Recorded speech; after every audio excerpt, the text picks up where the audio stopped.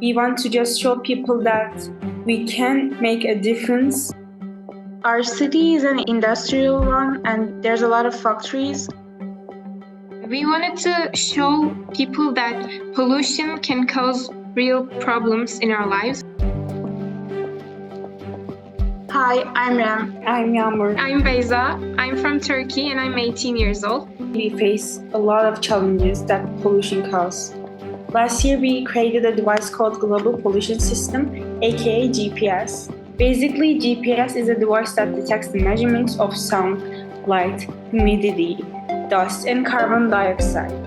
We were using AI to analyze the data that we get from our device to predict our area's future pollution levels. Our main goal is to show people the amount of pollution that's happening around them.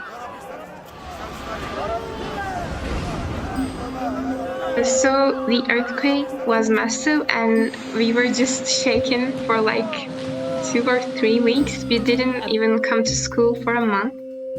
We needed to decide whether we want to continue with our project or we should just end it. We should just stop doing anything about it. We realized that if we focus on the bad things, we're not going to move on. So we wanted to move on and make something out of that. We added a new sensor. It detects asbestos, which is a chemical that is used in the construction of the buildings. Most of the buildings that were crushed were old and asbestos were used. After it detects these measurements, it shows them on the map on our website.